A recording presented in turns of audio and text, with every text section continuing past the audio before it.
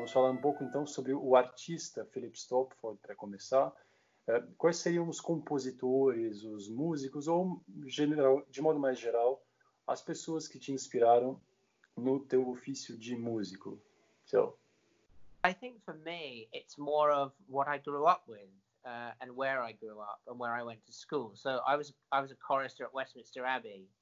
So from the age of 8 to the age of 13, I lived the day-to-day worship in Westminster Abbey and was surrounded by liturgical music every single day.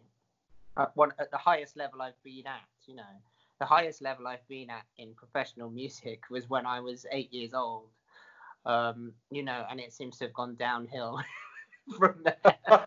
But when, you know, I was very lucky to start at the very top, really, you know, as a chorister. And so I grew to love church music of all genres. I think when you're a child, you like the fast, loud music, and then when you grow up, you become more interested and you find more appealing the sort of intricacies of polyphony and all that sort of thing.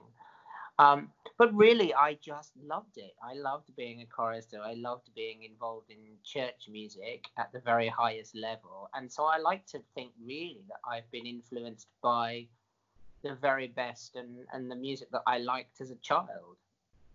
That's my best answer. E então eu vejo que você cresceu, se banhou nesse ambiente da música sacra, mas acontece de você escrever ou tocar em outros contextos que o contexto litúrgico?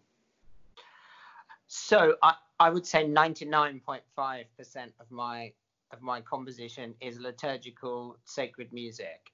I've done a couple of I've done one sort of charitable song that was written for an organization that was not sacred, but I love the sacred texts. I think it's a great place for a composer to start. And although people say they've done these ones before, or this, you know, there's endless settings of Ave Maria or Ave Verum, or I think I always felt that I had experienced the different compositions, these different pieces to these texts, and I just decided that it might be nice to do my own. You know, I felt that I had something to say about these texts as well, and some of them have become quite popular, I guess, which is lovely. É dito com frequência que os artistas o artista sacro precisa levar uma vida em coerência com a arte que ele produz, do ponto de vista moral, vamos dizer. Mas, por um outro lado, a imaginação popular tem a tendência a nos ver, a nós, artistas, como boêmios, extravagantes e até mesmo socialmente inadequados, ineptos, né? Como que você se vê, você mesmo, enquanto um artista? Alguém mais, um artesão sóbrio, num estilo um pouco apolíneo, por assim dizer? Ou um espírito imprevisível, vivendo o instante presente de um modo mais dionisíaco, ou nenhum dos dois? So I think that clearly, when you look back at characters in the past, composers of the past, particularly Mozart, you do wonder what on earth he got up to sometimes. And you know, clearly, a person's personality will come through in both their love of music and what they do with the music in its intensity. But also with fun as well. The music can be, you can see someone's personality in their music as well. I like to use the word honest. I think that there's an honesty to my music. You know, what you see is what you get with the music, and I think I'm pretty much like that as a person. You know, I don't pander to popularism or ideals in terms of you know, I sort of say things as it is, really, and sometimes people like that and sometimes people don't like that, and that's fine with me. I'm happy to have an argument, an adult argument, and come to agree to disagree. I think that's one of the great things of life, to agree to disagree. I'm not just a composer as such, because I am a director of music. I'm full-time director of music at a church. So I do also have the reality of actually having to speak to people and to deal with people and to work with a group of people. So I'm not completely outside of interaction on a day-to-day basis. Mm-hmm. I also deal with clergy as well and with other employees here at the church. So I feel that if there is a word normal, I feel that I'm fairly normal in that respect. But I love looking at a text or somebody sending me a text and sitting down at the piano and working out my vision of what is trying to be said in the text and turn it into music that is going to be the most performable and hopefully the most exciting or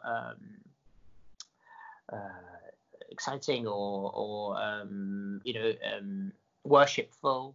Don't like that word really, but sort of meaningful. Don't really like that word, but sort of has depth and really musically enhances the text or adds to the text in some way to make it special, I guess. No seu site a gente pode ver uma descrição dizendo que você é um regente coral divertido, envolvente e meticuloso, que são 3 características que acho que todo regente coral sonha em possuir. Como que você consegue alcançar um equilíbrio de todos esses elementos necessários para que um coro produza boa música?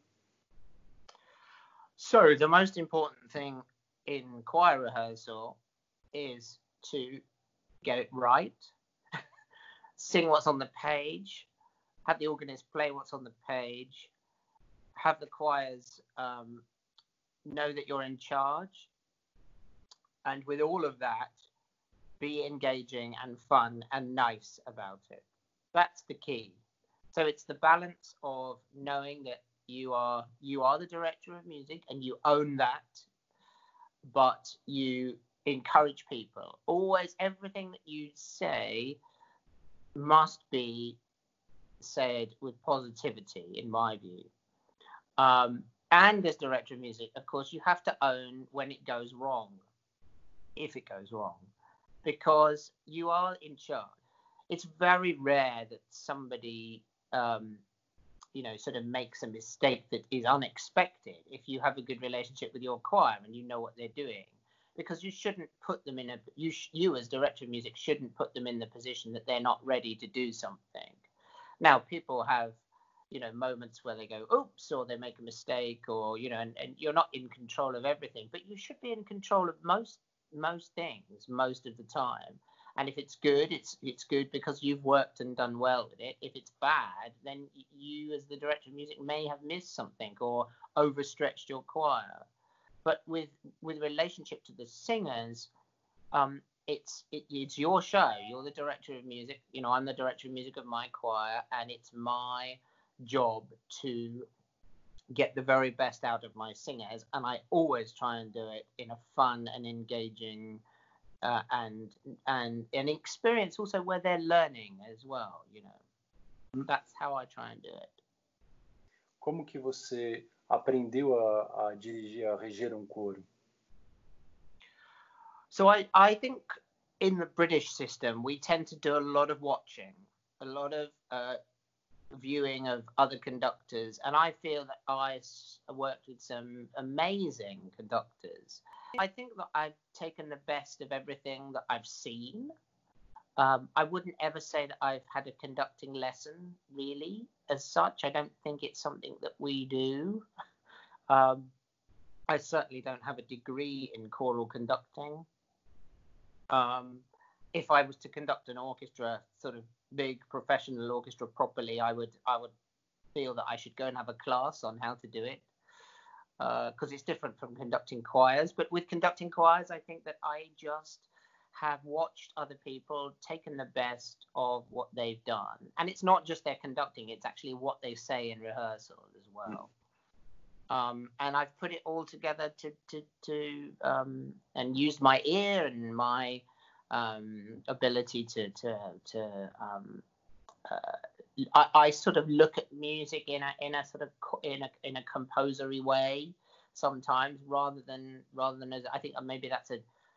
Sometimes I look at choral music and think, well, I wouldn't have written it quite like that myself, and that can be a bit off-putting because it's not for me to change it; it's for me to make it work, even if I can see it could have been done in a different way.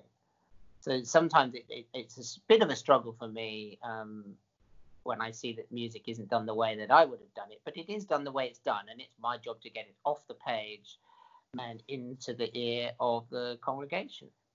Quão diferente é, como que é a diferença de abordagem num coro profissional, semi-profissional, completamente amador, um coro infantil?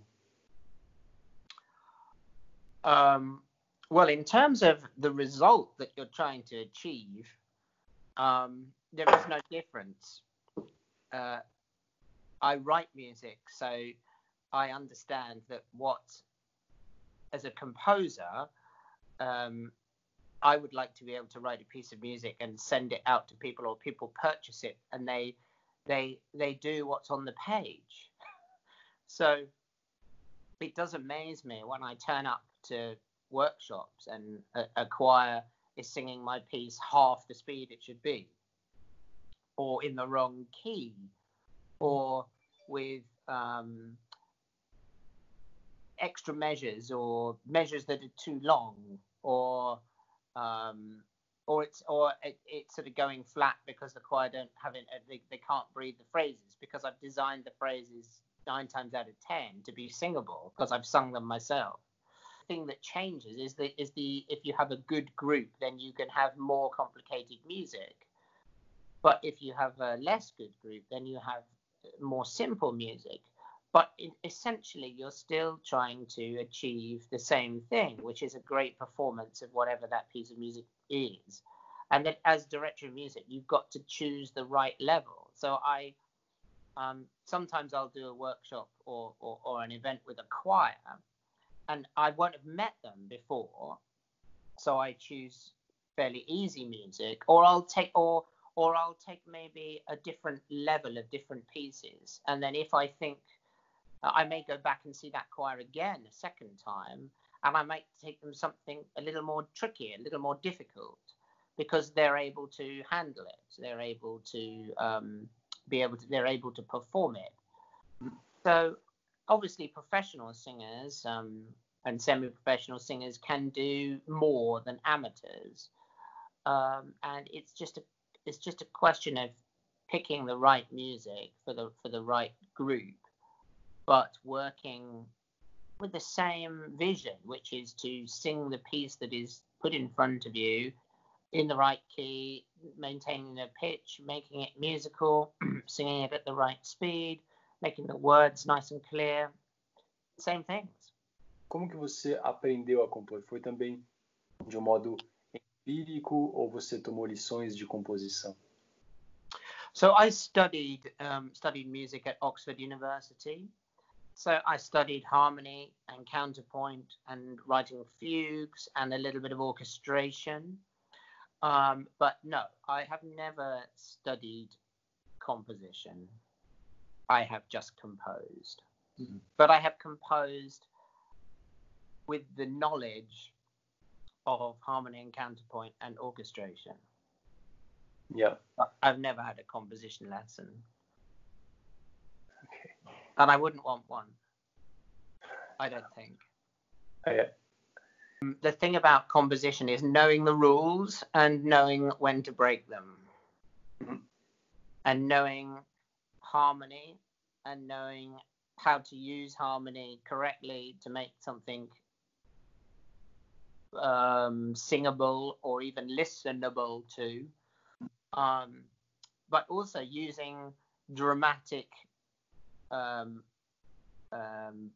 diversions away from those rules at the points where the text requires it. I think that develops over time, but I tend to it's always about the words. The words are king. The words are the thing that drives the whole choral composing. It is unique. It's not something that really there are no words in instrumental music. It's one of the wonderful things about choral music is that there are words as well. So they determined that respect from the very start. So I would print out the words, I would put them on the piano, and I may spend a couple of weeks going back and forth, here and there, 10 minutes here, 15 minutes there, sort of developing ideas. And then those ideas are developing when I'm driving in the car or out and about, doing other things. Ideas can be brewing in my mind. Qual é a diferença entre escrever sobre texto em latim e texto vernacular? No. No, it's the same process.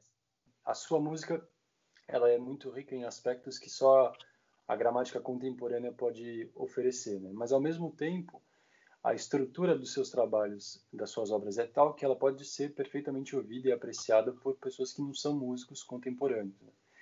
Você acha que o fato de a gente estar submetido, submisso, servo da liturgia enquanto compositor nos obriga um pouco a permanecer nesse ambiente, nos limites daquilo que é compreensível? Wow. So it's a big question. So how can I put this in the most simple way? I think that when, as a church musician and as a church music composer, what people are looking for is not great big works that are 1 hour or 2 hours long. What they're looking for is a short gospel text or a short psalm, set to music that is, maybe at the most 5 or 6 minutes long.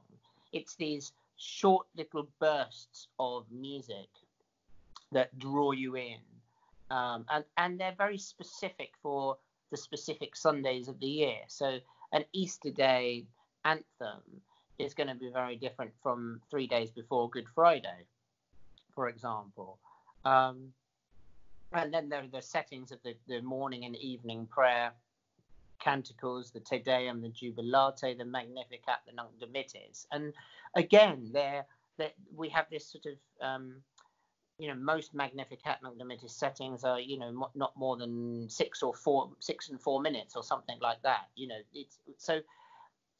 It's really very prescribed already. And in order for your music to be used liturgically worldwide, you are going to have to fit into those boxes, because they sort of are pre-prescribed in that way.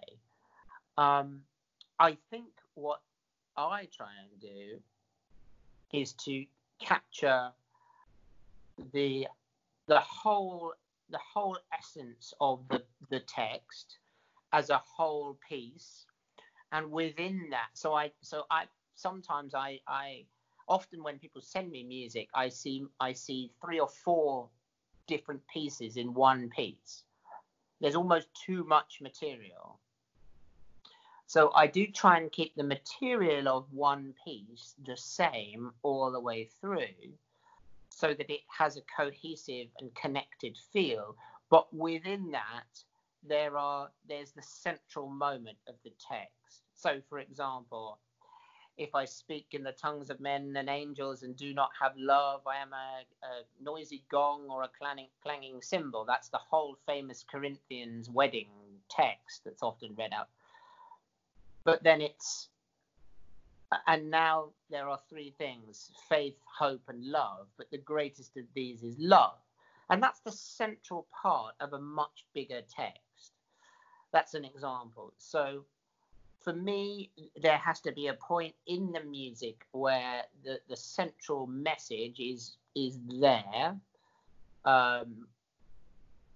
In Do Not Be Afraid, you are mine, oh my child, I am your father, and I love you with a perfect love. That's the central bit of that text. It's the relationship between the Father and the Son, or God and mankind. So there's the Do Not Be Afraid, for I have redeemed you, I've called you by your name, but you are mine, oh my child, and I love you with a perfect love. But that music, the special bit of music sits in the middle of the rest of the piece, which also comes from the same palette. There's a good word. So I remember writing In My Father's House and getting towards the end and thinking, how am I going to finish this? How am I going to finish it? It's the bit that goes, so that's where I am. Excuse me. So that's where I am. You also may be. And then I got to that sort of repeated refrain I did, towards the end for the last time, and it was like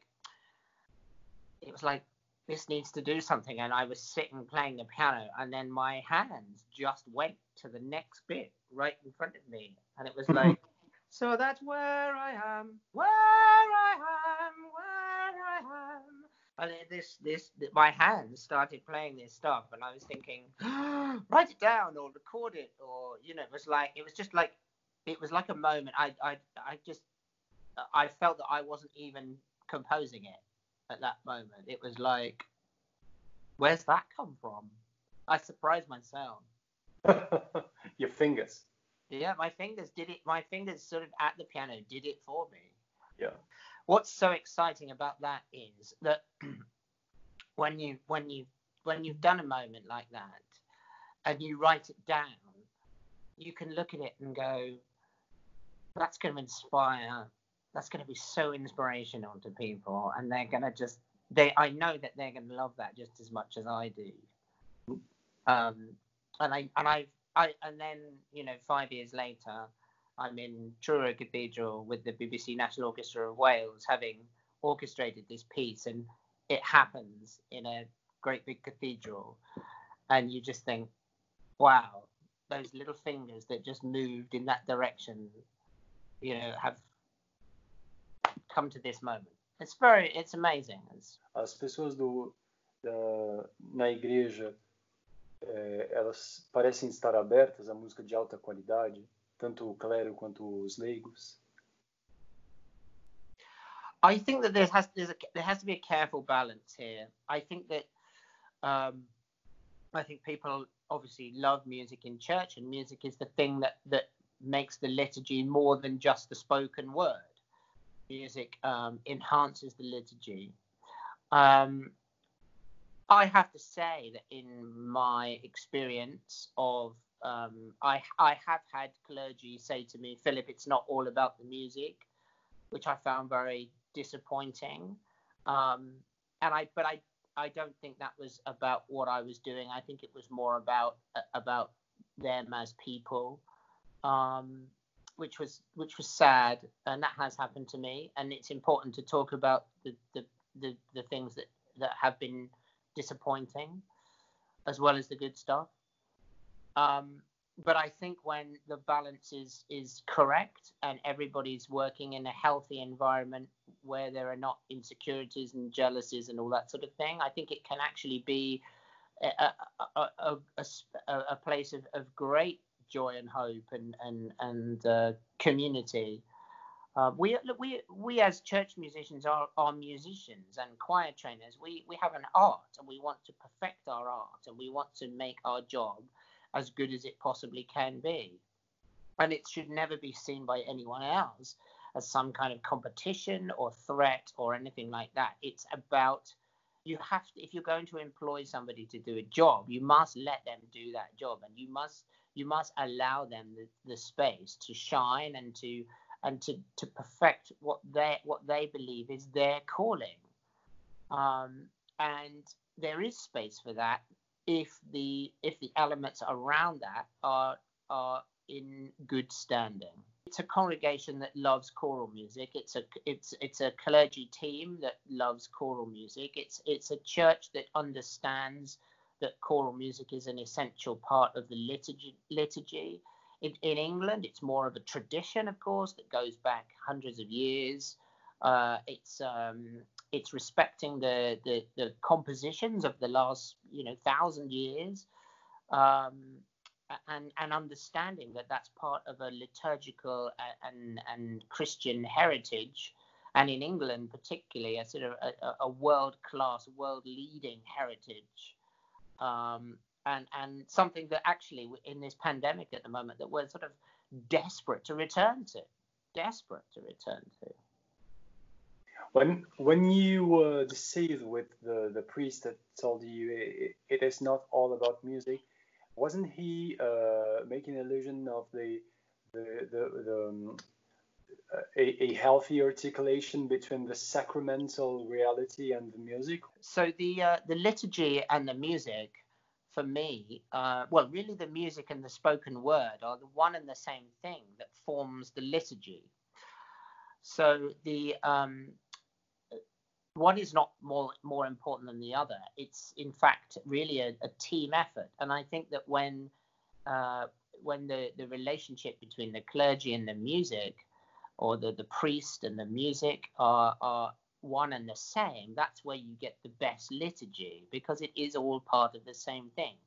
The music and the text is a marriage of a marriage of music and word to form liturgy. And I think that it can go wrong if that relationship isn't sort of honored by both parties, by both professionals. Que conselhos você daria para quem queira ter uma melhor qualidade de música na sua paróquia? Well, the key appointment at the church is the director of music. The director of music has to be responsible for the choir. Some people seem to be part of a committee, like a choir committee. A choir isn't run by committee, I'm afraid. It's just not the way it is. So I've started jobs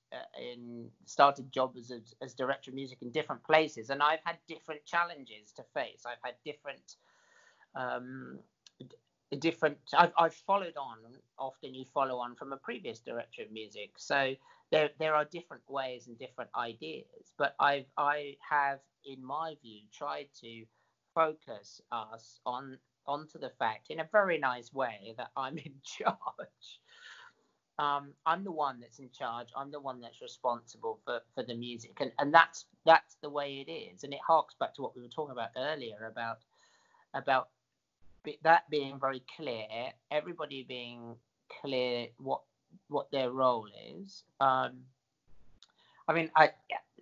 The choir is the choir, so the first sopranos are the first sopranos. That's their role.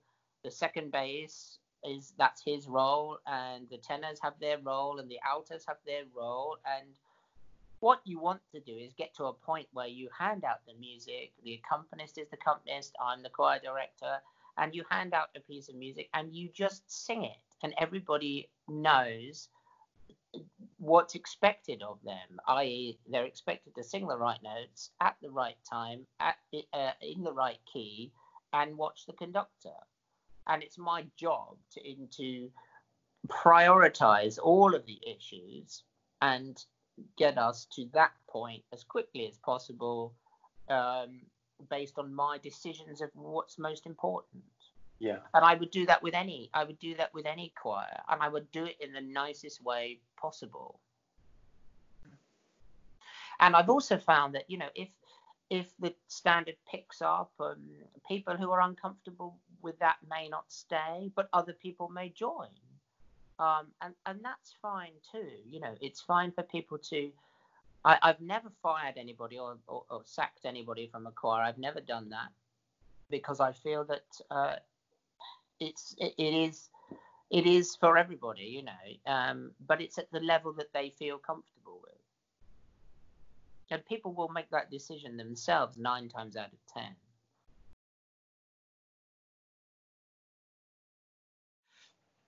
Well, I've written a new Easter piece that didn't happen.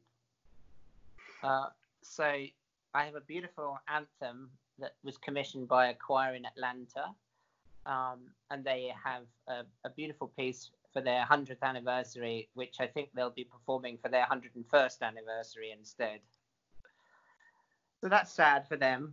I'm also working on this big score.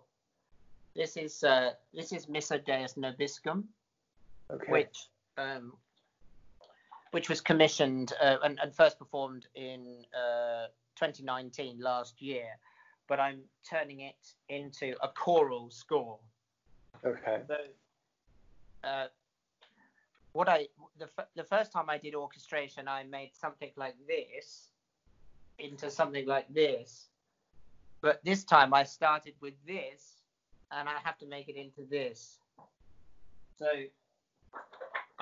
my Corona season has been shrinking orchestra into choir and piano. So I use and always have used finale. And Okay. people say to me, which is better? Well, I don't know, because I've never used Sibelius. Okay. So if Sibelius works for you, great. Mm. I'm very used to finale. I know what it can do. I'm happy with it. It does what I want it to do. I can understand it, except for like I have a sticky note here just on the like cautionary accidentals. I need speedy tool, option 2, click, and P. I can never remember that one, so I have to have that on a little note.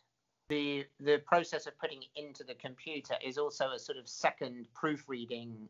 When I put it onto the computer, I'm just checking it, and I'll just come up with ideas. And usually when I've finished a commission, I'd like to leave it 48 hours and go back to it. You know, if I finish something, I might leave it a day or leave it 2 days and then just play it through again before sending it to the person that sent me a check, because I just want to make sure that it's spot on, really.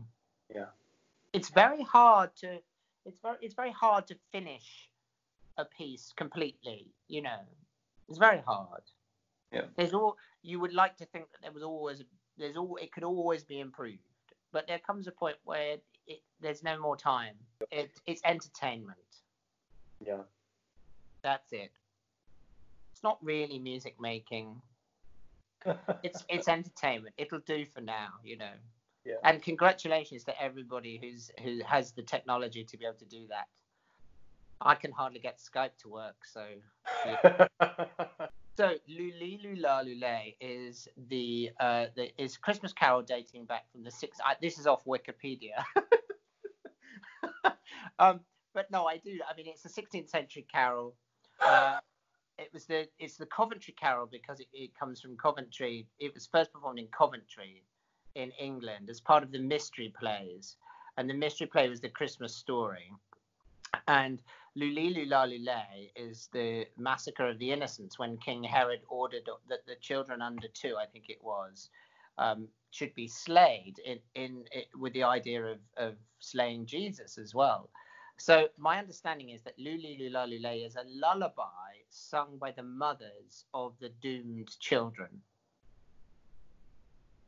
So it is a lullaby.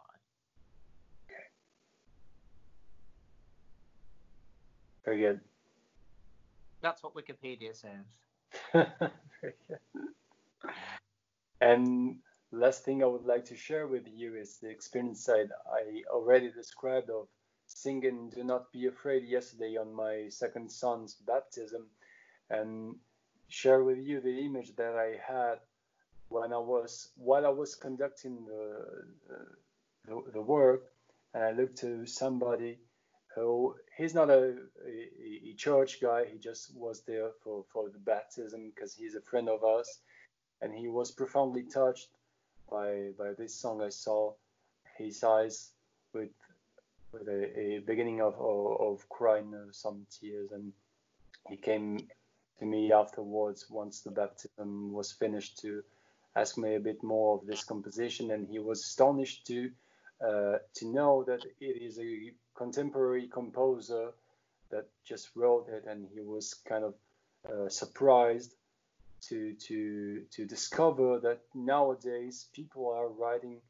beautiful music in the church context. Maybe he had a bad experience with when he was younger and he left the church. So it is nice to see that a beautiful work is capable of bringing people back to the church, I dare to say. Well, that's very kind. Yeah, I mean, You know, there are still melodies out there to be written. There are still pieces out there to be written, and there's no harm in doing that and sharing it, and hoping that that sort of response is the response that you get from people. For me, that was my interpretation musically of those words, and people enjoy it, and